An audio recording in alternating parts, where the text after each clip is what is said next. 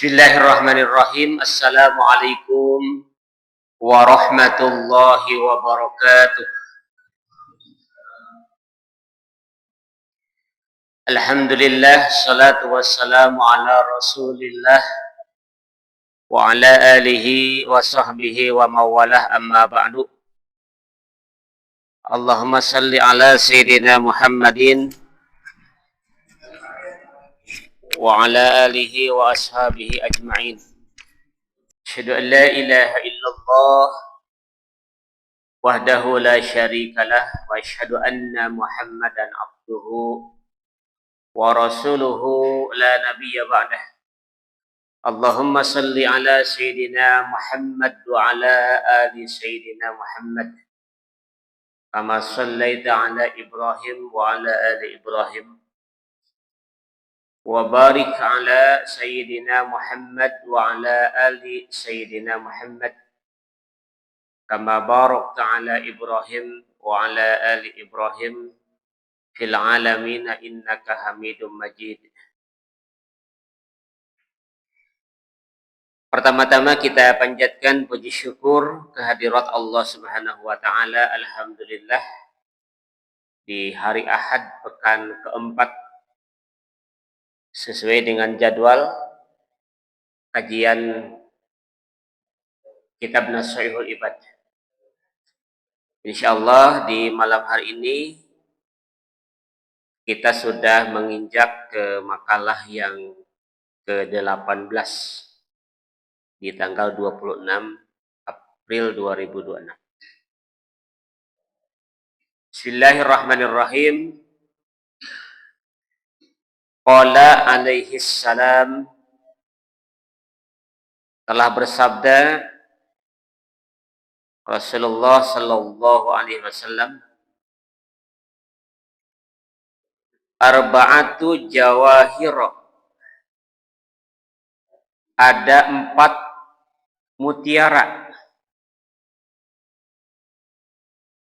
fi jismi bani Adam, yang ada di tubuhnya anak Adam.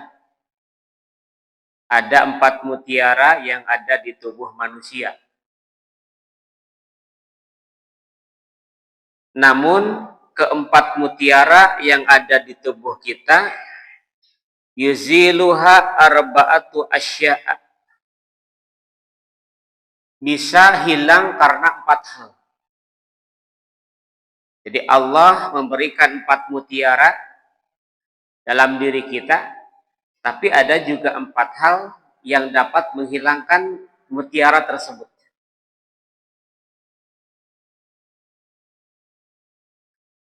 Keempat mutiara itu, amal jawahiru, adapun mutiara-mutiara yang Allah berikan kepada kita, yang pertama al-aqlu, akal. Yang kedua wad-dinu, agama. Yang ketiga wal haya'u, sifat malu. Yang keempat wal amalus sholih, yaitu amal sholih. Keempat mutiara yang Allah berikan kepada kita, yang 4 hal tadi bisa hilang. Pertama, al-ghadabu yuzilul aqla. Yang pertama, sifat ghadab, marah, dendam, benci, itu akan menghilangkan akal sehat manusia. Wal hasadu yuzilud din, sifat hasud, dengki, itu bisa menghilangkan agama dalam diri seseorang. Wat tama'a yuzilul hayat, dan sifat tama itu bisa menghilangkan rasa malu dalam diri kita. Wal ghifatu yusilul amal sholih, dan ghibah itu bisa menghilangkan amal sholih. Hadirin rahimakumullah, baik kita bahas satu persatu dari 4 mutiara yang Allah berikan kepada kita dan 4 hal yang dapat menghilangkan mutiara itu. Yang pertama, mutiara yang Allah berikan kepada kita adalah akal. Apa itu akal? Kata para ulama, akal adalah jauharun rohaniyun. Akal itu adalah permata rohani. Jadi dalam rohani kita ada permata yang namanya adalah akal. Jauharun rohaniyun, akal itu adalah mutiara rohani khalaqallahu ta'ala yang memang Allah sudah menciptakannya. Jadi jauharun rohaniyun ini adalah ciptaan Allah, ya, yang Allah berikan kepada diri kita. Muta'allaqan bibadnil insani, yang dititipkan kepada manusia. Apa fungsinya? Yu'rafu bihi al-haqq wal batil. Jadi dengan akal itu akan diketahui antara yang hak dengan yang batil. Itulah akal, dan salah satu fungsinya adalah yu'rafu bihi al-haqq wal batil. Akal berfungsi untuk membedakan antara yang hak dan yang batil, antara yang benar dengan yang salah. Tentu fungsi akal itu adalah akal yang sehat. Karena tidak semua orang yang memang diberikan akal yang sehat, tetapi tidak bisa digunakan untuk membedakan yang hak dengan yang batil. Padahal sebenarnya fungsi akal itu untuk membedakan hak dan batil. Tapi tidak semua orang ketika diberikan hak, ketika diberikan akal, masih ada orang yang tidak bisa membedakan hak dan yang batil. Karena akalnya tidak bisa difungsikan, tidak difungsikan dengan sempurna sesuai dengan fungsinya akal. Lalu apalagi fungsi akal? Selain yu'rafu bihi al-haqqu wal batil, kata para ulama, akal itu adalah alat untuk menyelesaikan masalah hidup. Kita sebagai manusia, tentu selama kita hidup tidak pernah lepas dari masalah hidup. Jadi jangan pernah kita berpikir bahwa hidup ini tidak akan lepas dari masalah. Ya, seiring perjalanan waktu, ya, seiring bergantinya waktu, bertambahnya usia, masalah itu berbeda. Dan di mana di situ kita bisa memfungsikan akal dengan sebaik-baiknya. Mungkin masalah remaja beda dengan masalah anak-anak. Mungkin masalah anak-anak jauh lebih berat dibandingkan dengan masalah remaja lebih berat daripada masalah anak-anak. Atau mungkin masalah dewasa lebih berat daripada remaja, dan seterusnya dan seterusnya. Ya. Dan masalah itu akan lahir seiring dengan kondisi kejiwaan kita. Orang bisa memilih kesalahan menjadi sebuah tantangan untuk menyelesaikan masalah, dan setiap masalah itu menjadikan orang akan lebih dewasa ketika bisa menyelesaikan solusi dengan bijak. Ya. Karena sekali lagi, masalah-masalah itu tentu ada dalam setiap tahap, ya, proses kehidupan kita. Selama kita hidup tentu tidak akan pernah berhenti. Dan bagaimana untuk menyelesaikan masalah-masalah itu, maka gunakan akal dengan sebaik-baiknya. Karena akal salah satu fungsinya adalah untuk menyelesaikan masalah hidup. Ya. Jadi selama kita hidup, pasti masalah itu akan selalu ada. Datang silih berganti. Lalu apalagi fungsinya? Akal ini yang ketiga adalah untuk alat berpikir. Ya. Akal ini alat berpikir untuk mengingat, merenung, memproses informasi yang disebut dengan tafakur. Ya. Kita bisa mentafakuri ayat-ayat Allah, baik yang bersifat Qur'aniyah maupun ayat-ayat yang bersifat kauniyah, karena akal. Tentu akal sehat kita. Ya. Allah ciptakan langit, Allah ciptakan bumi sebagai ayat-ayat kauniyah. Inna fi khalqis samawati wal ardi wa ikhtilafil laili wan nahar, dan seterusnya. La ayatin liqaumin yatafakkarun. Allah ciptakan siang dan malam, pergantian siang dan malam. Ya, Allah ciptakan bumi langit. Salah satunya adalah bagaimana manusia agar bisa menggunakan akal sehatnya untuk mentafakuri ayat-ayat kebesaran Allah, baik itu ayat kauniyah maupun ayat Qur'aniyah.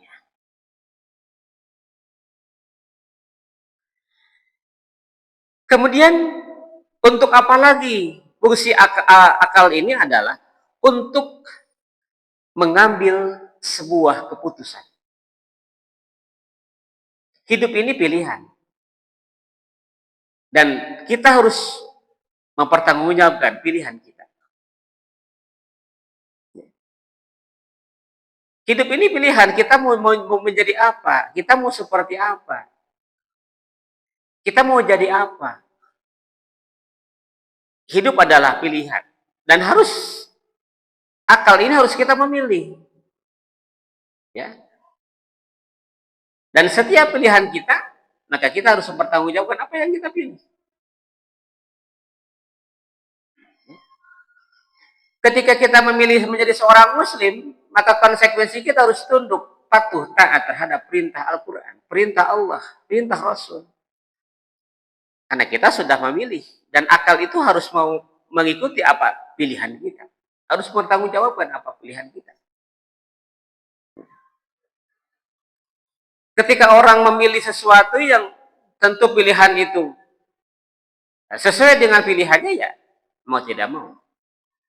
Pilihan itu harus dipertanggungjawabkan. Bukan hanya di hadapan Tuhan, tetapi juga di hadapan manusia. Akal memilih untuk memutuskan sebuah pilihan. Kemudian akal pun berfungsi adalah untuk mengendalikan emosi, untuk mengendalikan amarah. Tapi kadang ya, akal sehat bisa kalah dengan tadi. Ya, yaitu dengan ghadab. Insyaallah nanti dijelaskan di belakang. Akal manusia, akal sehatnya bisa kalah ketika kita marah. Kemudian marah kita tidak bisa kita kontrol, emosi kita tidak bisa kontrol, maka akal sehatnya hilang. Dan penyesalan baru datang ketika dia sudah melihat efek akibat dari marah itu. Ada orang yang memarahi anaknya, ya, kemudian sampai menciderai anaknya, maka akal sehatnya sudah hilang. Hilangnya dengan sifat marah itu. Maka fungsikan akal kita, bagaimana akal ini untuk bisa mengontrol, ya, untuk bisa mengendalikan emosi kita. Ya. Sebab ketika kita tidak bisa mengendalikan emosi, ketika kita marah, maka penyesalan tentu selalu datang di akhir. Kembali dari yang pertama, mutiara, ya, yang Allah berikan kepada kita adalah akal. Ya. Akal, kata para ulama, intinya yu'rafu bihi al-haq wal batil. Dengan akal kita bisa membedakan yang hak dengan yang batil. Kita bisa menyelesaikan masalah hidup. Akal menjadi alat untuk mentafakuri ayat-ayat Allah, baik Qur'aniyah maupun kauniyah. Akal adalah bisa untuk mengambil keputusan karena hidup adalah pilihan. Dan akal adalah alat untuk mengendalikan emosi. Dan akal sehat bisa hilang dengan emosi dan marah. Yang kedua, mutiara yang Allah berikan kepada manusia adalah ad-dinu, agama.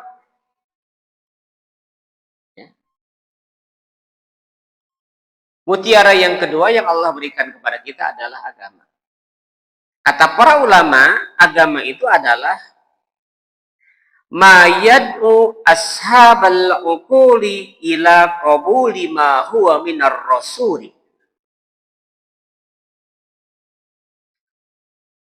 Kata para ulama, agama adalah aturan Allah yang menghimbau orang-orang yang berakal untuk menerima apa-apa yang dibawa oleh Rasul. Aturan yang menganjurkan mengarah akal kita, akal sehat kita, untuk menerima apa yang sudah dibawa oleh Rasul. Syariat yang dibawa oleh Rasul. Itu agama. Jadi apapun yang Rasulullah syariatkan, aturan syariat apapun yang Rasulullah bawa, itu adalah sesuatu yang harus kita ikuti.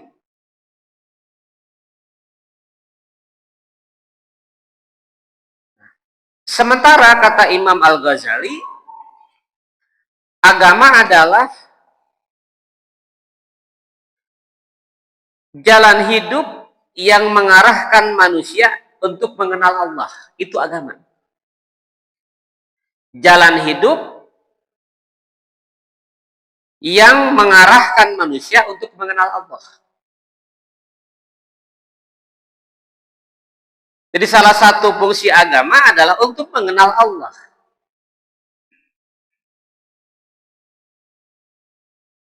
Ada hubungan dengan akal, ada. Ada satu keterangan, ad-dinu huwal aqlu. Agama adalah akal. Artinya, orang yang tidak berakal belum tentu dia beragama. Dan hanya orang berakal yang sehat yang tentu dia beragama. Bagi kita sebagai muslim. Maka kata Al-Ghazali, agama adalah jalan hidup yang mengarahkan manusia untuk mengenal Tuhan, untuk mengenal Allah. Kalau kita ingin kenal Allah, kenali agamanya. Itu kata Al-Ghazali. Sementara menurut Imam Syafi'i, agama adalah syariat yang diturunkan oleh Allah yang mengatur 3. Ya. Kata Imam Syafi'i, agama itu adalah syariat yang diturunkan Allah untuk mengatur 3. Yang pertama hablum minan nas, pertama hablum minallah. Agama adalah untuk mengatur hubungan kita dengan Allah melalui ibadah. Ibadah mahdoh tentunya. Yang kedua untuk mengatur hablum minan nas. Mengatur hubungan kita dengan Allah, hubungan kita dengan sesama manusia yang disebut dengan hablum minan nas. Yang ketiga, hablum minal alam, hubungan kita dengan lingkungan. Jadi harus kita jaga ketiga ini, baik dengan Allah, baik dengan sesama, baik dengan lingkungan. Kadang orang bisa baik dengan Allah, tapi dengan tetangga belum tentu dia bisa. Ya. Atau orang dia menjaga hubungan baik dengan tetangga, dengan sesama, tapi belum tentu dia baik dengan hubungannya dengan lingkungan.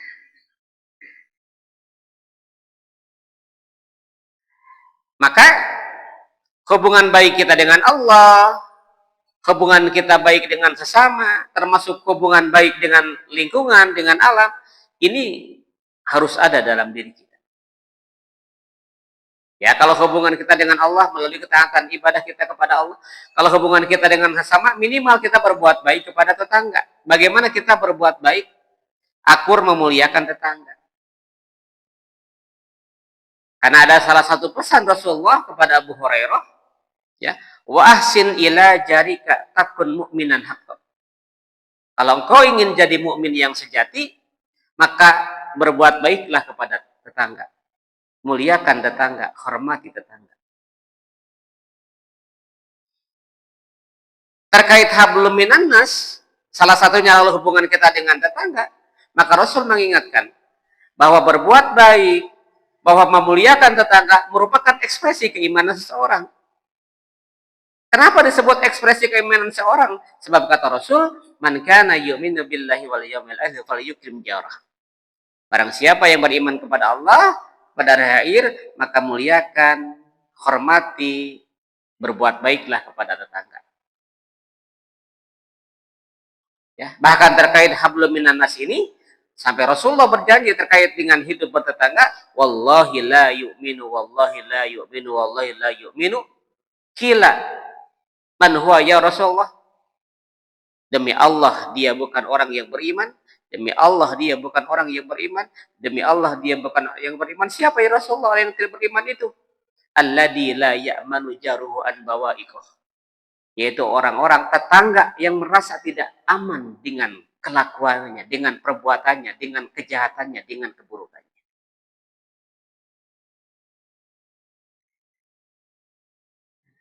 Hadirin rahimakumullah. Kemudian mutiara yang ketiga adalah al-haya'u, sifat malu. Ya. Al-haya'u, sifat malu. Apa itu sifat malu? Kata para ulama, al-haya'u wa huwa khuluqun. Sifat malu itu adalah akhlak yab'atsu ala tarkil khabihi, yang dapat mendorong untuk meninggalkan hal-hal yang tidak baik, hal-hal yang jelek, wa yamna'u minat taksiri, dan mencegah dari hal-hal kelalaian, fi haqqidil haqqi, terhadap hak orang lain. Itu kata para ulama. Jadi sifat malu ini bagian dari akhlak.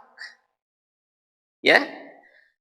Al-haya'u minal iman, bahkan sifat malu ini bagian dari iman. Artinya kalau sifat malu hilang dalam diri seseorang, maka hilang sebagian keimanannya. Ya. Tapi malu dalam konteks bukan eraan, tapi malu dalam hal-hal yang positif. Sementara kata Ibnu Rajab, malu itu adalah sifat yang mendorong seseorang untuk meninggalkan keburukan karena merasa diawasi oleh Allah, yang disebut dengan muraqabah. Ketika orang memiliki sifat haya, dia meninggalkan sesuatu yang dilarang Allah karena memang dirinya ada sifat muraqabah. Selalu merasa diawasi oleh Allah. Jadi kalau kita melakukan sesuatu bukan karena dipantau oleh CCTV manusia, tapi oleh CCTV-nya Allah, maka insya Allah dia sudah memiliki sifat malu. Tapi kan kadang terbalik. Mungkin sebagian kita atau saya sendiri lebih malu dilihat, diawasi oleh sesama manusia dibandingkan oleh CCTV-nya Allah, oleh malaikatnya Allah. Nah, orang yang punya rasa malu yang sebenarnya bukan merasa malu karena diawasi atau terlihat oleh sesama makhluk Allah, oleh manusia, oleh anak, istri, suami, atasan, bawahan, tapi justru kata Ibnu Rajab bahwa orang yang memiliki sifat haya yang sebenarnya adalah orang yang mendorong dirinya untuk senantiasa meninggalkan keburukan Karena di dalam dirinya merasa diawasi oleh Allah Subhanahu wa taala.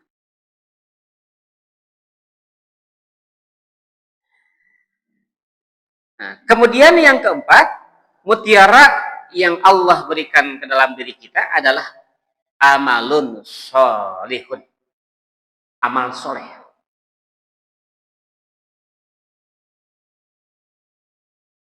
Apa itu amal soleh? Amal soleh adalah al-amalus solihu huwa kullu qaulin aw fi'lin yurdiyallahu ta'ala. Kan orang sok sering ngadangu istilah amal soleh. Naon sih amal soleh teh? Jadi amal soleh teh adalah huwa kullu qaulin aw fi'lin yurdiyallahu ta'ala. Setiap ucapan kita, setiap perbuatan kita, apapun itu ucapannya, apapun itu perbuatannya, tapi dengan syarat yurdiyallahu ta'ala, anu diridhoi ku Allah. Jadi apapun yang kita lakukan, apapun yang kita ucapkan, kalau itu diridhoi oleh Allah,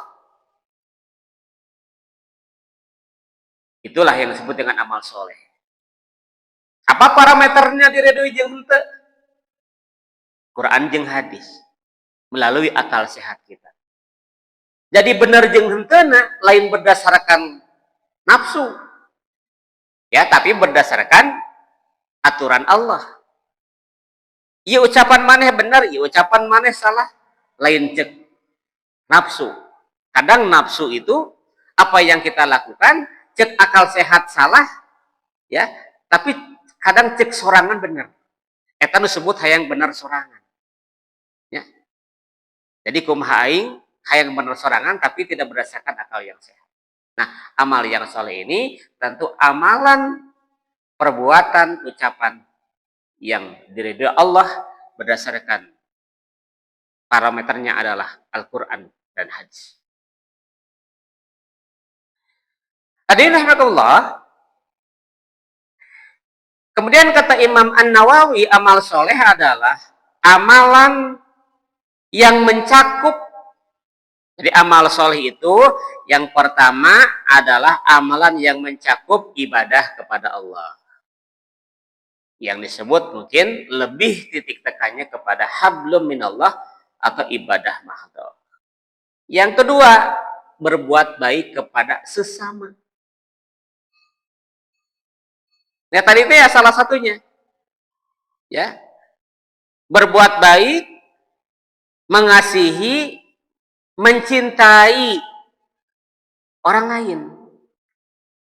Salah satu bentuk amal soleh kita berbuat baik kepada sesama. Mencintai sesama. Maka kata Rasul, wa ahibba linnasi ma tuhibbu li nafsika takun musliman haqqa. Naon hartosna? Salah satu kewajiban kita dalam hablum minan nas ini, cintai orang lain sebagaimana kita mencintai diri sendiri, maka niscaya engkau akan menjadi muslim yang sejati. Ketika kita ingin mencintai orang lain seperti mencintai diri sendiri, bukan hal yang mudah, perlu proses. Jadi orang kumaha carana kudu bisa mencintai orang lain seperti mencintai diri sendiri. Kata para ulama minimal lakukan dua hal. Lamun orang hayang mencintai orang lain seperti mencintai diri sendiri diri kita sendiri, minimal anu kahiji pahami dan cintai diri orang sorangan.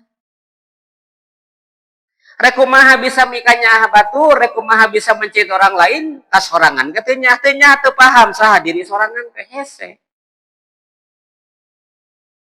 Pahami, cintai diri sendiri. Insya Allah kita bisa mencintai orang lain. Berat rasanya kita harus mencintai orang lain, tapi diri sorangan tidak pernah kita cintai dan tidak paham siapa diri kita yang sebenarnya. Dan kata para ulama, agar kita mencintai orang lain, ya, kata para ulama diantaranya, perlakukan orang lain dengan baik seperti kita ingin diperlakukan baik oleh orang lain. Saya ulangi. Perlakukan orang lain dengan baik sebagaimana kita ingin diperlakukan oleh orang lain dengan baik. Bermimpi ku batur hayang dihormat, tapi ka batur tidak pernah menghormati. Bermimpi ku batur hayang dihargai, tapi tidak pernah menghargai orang lain. Jadi kalau kita ingin dihormati, dihargai, ya, oleh orang lain, maka kita pun sama harus menghargai orang lain. Maka dengan seperti itu, insya Allah dengan proses kita bisa mencintai orang lain seperti sebagaimana kita mencintai diri kita sendiri.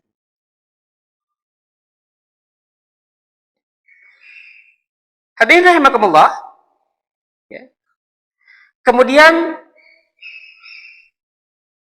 itu adalah 4 kemuliaan atau 4 mutiara yang Allah berikan kepada kita. Lalu apa 4 hal yang dapat menghilangkan 4 hal tadi? Ya, 4 yang menghilangkan mutiara tadi. Yang pertama adalah marah. Yang pertama sifat ghadab. Naon sifat ghadab teh? Al-ghadabu huwa taghayyurun fin nafsi yahmilu alal intiqami iradatal adha. Ada disebut ghadab, ada disebut marah teh nyaeta perubahan dalam diri seseorang yahmilu alal intiqami yang mendorong untuk membalas au iradatal adha atau menginginkan menyakiti orang lain. Biasanya sifat ghadab itu satu di antaranya ingin membalas. Yahmilu alal intiqam, ingin membalas apa yang dilakukan oleh orang itu. Jadi kalau orang lain menyakiti kita, maka terdorong dalam dirinya ingin menyakiti. Orang lain memarahi kita, kita pun ingin memarahi. Maka disitulah terjadinya perkelahian karena marah dibalas dengan marah, benci dibalas dengan benci. Tapi kalau seseorang bisa menahan emosinya, maka ketika dimarahi, ya, kemudian ketika dibenci dan tidak dibalas dengan kebencian dan kemarahan, maka tidak akan terjadi yang namanya perkelahian. Jadi kalau kebaikan dibalas kebaikan sudah biasa, tapi bagaimana ketika keburukan dibalas kebaikan? Orang lain marah tapi kita tidak marah, bisakah seperti itu? Kembali kepada diri kita. Al-ghadab adalah yang menghilangkan akal sehat kita. Ya. Sementara menurut Imam Al-Ghazali, ghadab adalah gejolak dalam hati ketika seseorang merasa terganggu. Ya, hampir mirip lah. Ya. Nah, dalam hadis Imam Baihaqi dijelaskan, Ruwiya annahu sallallahu alaihi wasallam ya Muawiyah, wahai Muawiyah, iyyaka wal ghadab, hendaklah kamu takut terhadap sifat ghadab, sifat pemarah, sifat benci. Kenapa demikian? Fa innal ghadaba yufsidul iman. Sebab sifat ghadab, sifat pemarah, sifat benci itu dapat merusak keimanan. Kata Rasul. Kama yufsidus sabirul asala, sebagaimana seperti gandaria yang merusak madu menjadi pahit. Oleh sebab itu maka belajar kita untuk mengelola emosi. Ya, mengelola kebencian kita jangan sampai menjadi sebuah perkelahian dan pertengkaran yang panjang. Kemudian yang kedua adalah hasad.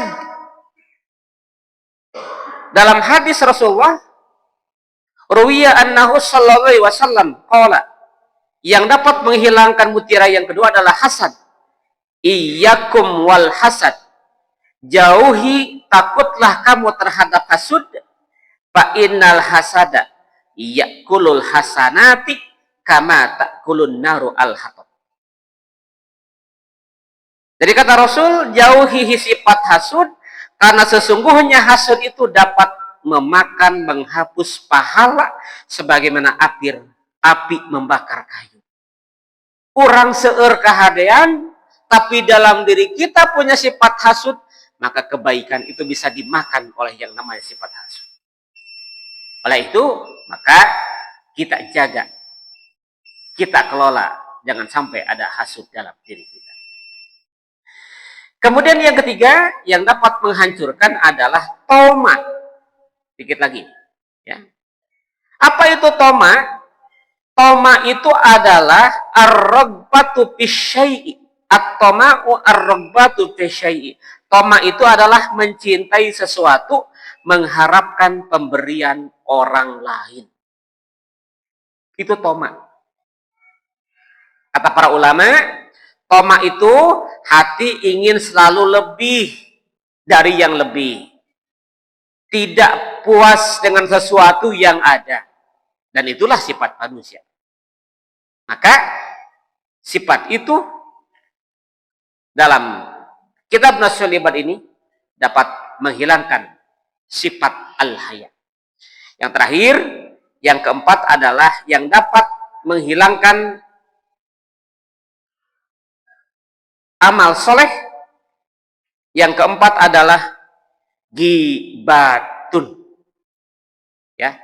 Naon gibah teh? Gibah itu adalah ayyadkuros sahsu masawiyal insani fi ghaibatihi wa hiya fihi wa illam takun fihi fahiya buhtanun fa in wajahahu biha fahuwa satmun. Daukeun. Seseorang menceritakan kejelekan orang lain di belakangnya. Seseorang menceritakan kejelekan orang lain di belakangnya. Dan kejelekan itu memang benar. Itu gibah. Seseorang menceritakan orang lain di belakangnya. Menceritakan bahwa si A itu adalah pendusta. Ya, si A itu adalah pengadu domba. Dan itu memang benar. Itulah gibah. Tetapi apabila kejelekan itu tidak ada pada orang yang kita ceritakan, itu dusta namanya. Kita menceritakan A, bahwa si A suka berbuat adu domba atau suka fitnah padahal henteu, maka dia termasuk bohong. Kemudian apabila menceritakan kejelekan orang lain secara berhadap-hadapan, bukan gibah, bukan dusta, tapi dia termasuk orang yang memarahi. Menceritakan orang lain tapi di depan orangnya, dan itu benar seperti itu, maka itu disebut dengan satmun atau memarahi. Mudah-mudahan 4 hal mutiara yang dari Allah titipkan kepada kita. Yang pertama adalah akal, yang kedua agama, yang ketiga haya, yang keempat amal soleh. Yuk kita jaga, jangan sampai hilang keempat hal itu. Pertama dengan sikap ghadab atau marah, yang kedua dengan hasud, yang ketiga dengan toma, yang keempat dengan ghibah.